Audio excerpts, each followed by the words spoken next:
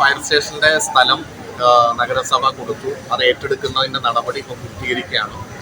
അവിടെ പുതിയ കെട്ടിടത്തിനുള്ള ഫണ്ടും സർക്കാർ 3 കോടിയോളം രൂപ അനുവദിച്ചിട്ടുണ്ട്. അപ്പോൾ ആ നടപടിക്രമങ്ങൾ പൂർത്തീകരിച്ചു കഴിഞ്ഞാൽ വളരെ വേഗത്തിൽ അതിൻ്റെ നിർമ്മാണം ആരംഭിക്കാൻ കഴിയും. പട്ടാമ്പി ഫയർ സ്റ്റേഷന് ഏറ്റവും ആധുനിക രീതിയിലുള്ള കെട്ടിടം നിർമ്മിക്കുക എന്നുള്ള ലക്ഷ്യത്തിലാണ് ഇപ്പോൾ പോകുന്നത്. ലാൻഡ് ട്രാൻസ്ഫറിന്റെ നടപടികൾ ഇപ്പോൾ അവസാന ഘട്ടത്തിൽ പൂർത്തീകരിക്കാൻ പോകുന്നു എന്നുള്ളതാണ്.